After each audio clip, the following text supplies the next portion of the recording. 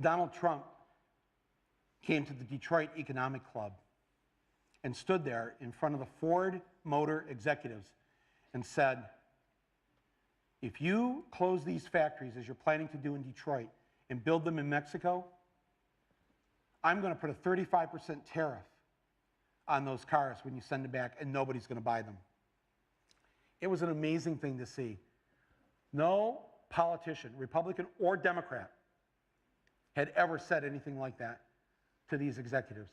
And it was music to the ears of people in Michigan and Ohio and Pennsylvania and Wisconsin, the Brexit states. You live here in Ohio, you know what I'm talking about. Whether Trump means it or not is kind of irrelevant because he's saying the things to people who are hurting.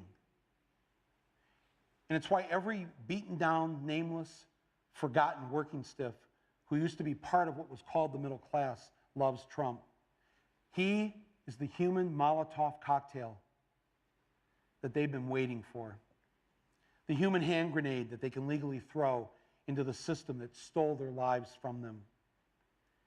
And on November 8th, Election Day, although they've lost their jobs, although they've been foreclosed on by the bank, next came the divorce, and now the wife and kids are gone. The car's been repoed. They haven't had a real vacation in years. They're stuck with the shitty Obamacare bronze plan where you can't even get a fucking Percocet.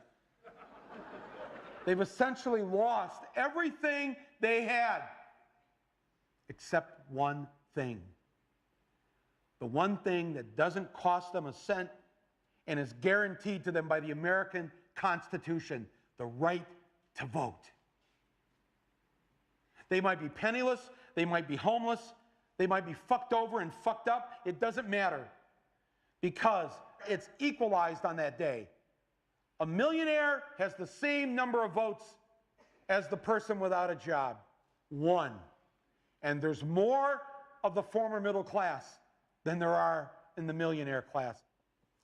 So on November 8th, the dispossessed will walk into the voting booth, be handed a ballot, close the curtain, and take that lever, or felt pen or touchscreen, and put a big fucking X in the box by the name of the man who has threatened to upend and overturn the very system that has ruined their lives.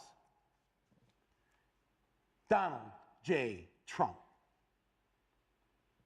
They see that the elites who ruined their lives hate Trump. Corporate America hates Trump. Wall Street hates Trump. The career politicians hate Trump.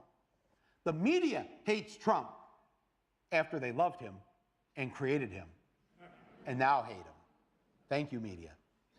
The enemy of my enemy is who I'm voting for on November 8th.